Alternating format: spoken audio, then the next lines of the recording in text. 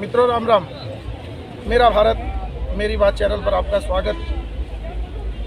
आज के इस अंक में हम बात करेंगे, आज व्यास पूजा, आषाढ़ मास की पूर्णिमा, जिसे व्यास पूर्णिमा भी कहते हैं और गुरु पूर्णिमा भी कहते हैं। हमारी सनातन संस्कृति में आज का दिन बड़ा ही महत्वपूर्ण दिन है और मैं भी आज आपके बीच हरिद्वार में गंगा किनारे से बात कर रहा हूँ। तो आज का जो दिन है, कहते हैं कि जो भी इस सृष्टि में है, जो भी कुछ बोला गया है, सब व्यास जी का झूठा ही है।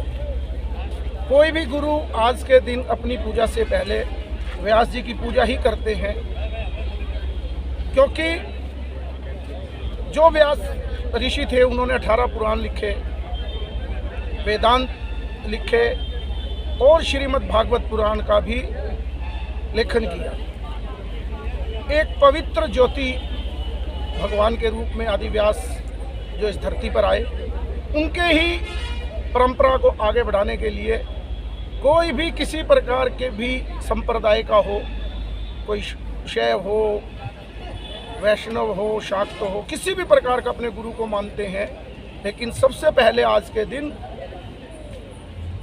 भगवान व्यास की पूजा होती है। गुरु के रूप में आज का दिन सबको पता ही है।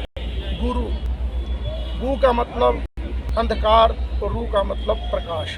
अंधकार से जो प्रकाश की ओर ले जाए उसी को ही गुरु कहा गया है।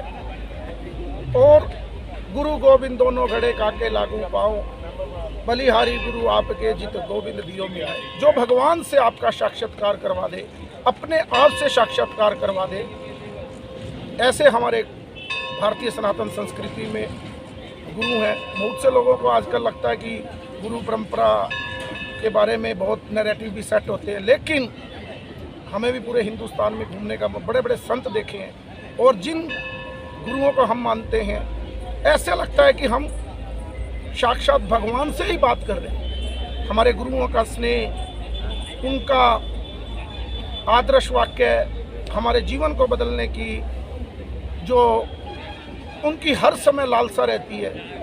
हमारे गुरु कहते हैं कि गुरु ही शिष्य का पीछा करता है। तो आज हरिद्वार की धरती से हम अपने गुरुओं को भी वंदन करते हैं और साक्षात भी अभी, क्योंकि सुबह सुबह का भी समय है, उसके बाद अभी गुरु पूजा भी शुरू होगी तो वो भी करेंगे। गुरु कभी भी अपने शिष्य का बुरा नहीं करता, केवल उसका हित किसमें है वो कार्य करने का काम गुरु का है, चाहे बात उनके अपने ऊपर आए। एक छोटा सा प्रसंग बताता हूँ। बहुत से लोग आज भी कहते हैं कि गुरु कोई कड़वी बात कह दे या कुछ, उसमें भी हमारा हित होता है। इसमें एक प्रसंग है एकलव्य का। एकलव्य जब गुरु के पास गए, गुरु द्रोणाचार्य के पास, तो उन्होंने उनकी मूर्ति बना के जब पूजा की थी तो इतना कुछ सीख गए। तो एकलव्य जब गुरु द्रोणाचार्य से मिले तो गुरु द्रोणाचार्य ने कहा कि मुझे आपका अंगूठा चाहिए, अपने शिष्य से अंगूठा मांग लिया। तो आज के दिन भी लोग बड़ी वो करते हैं कि गुरु ने ये क्या किया, यानी अर्जुन को श्रेष्ठ साबित करने के लिए एकलव्य से अंगूठा मांग लिया। लेकिन उसके पीछे की भावना देखिए, क्योंकि गुरु को एकलव्य अर्जुन से भी ज़्यादा प्रिय लगा, जिन्होंने उनकी प्रतिमा बनाकर ही उनकी पूजा कर दी। तो उनको लगा कि एक भील का बच्चा है, कहीं युद्ध में इधर उधर जानवरों को मारने में ही अपनी जीवन गुजार देगा और इसको कौन जानेगा। तो उन्होंने उनका अंगूठा मांग लिया। गुरु द्रोणाचार्य की दूरदृष्टि देखिए, गुरु ने वो बात अपनी ले ली। आज का समाज भी ये कहता है कि गुरु द्रोणाचार्य ने एकलव्य के साथ गलत किया। अगर एकलव्य होता तो वो अर्जुन से महान धनुर्धर होता, यानी उसका होता ना होता वह बात का विषय था। लेकिन गुरु को ये लगा कि मुझे इसको अर्जुन से बड़ा करना है। जब तक ये सृष्टि रहेगी, गुरु द्रोणों को हम लोग कहेंगे कि उन्होंने गलत किया और एकलव्य महान धनुर्धर था अर्जुन से भी। यानी एक बच्चे को उन्होंने इतना बड़ा तमगा एक दे दिया अपने शिष्य के रूप में कि अर्जुन से भी बड़ा कर दिया। यानी गुरु जो भी करता है हमारे उसमें हित होता ही होता है।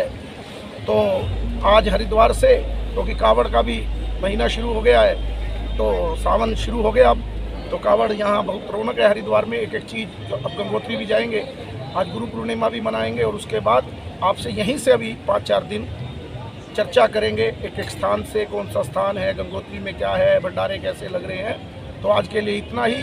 सभी देशवासियों को इस पुण्य पर्व गुरु पूर्णिमा व्यास पूजा की हार्दिक शुभकामनाएं। सभी को वंदन, नमन, अभिनंदन। जय श्री राम, जय गंगे मैया, भारत माता की जय।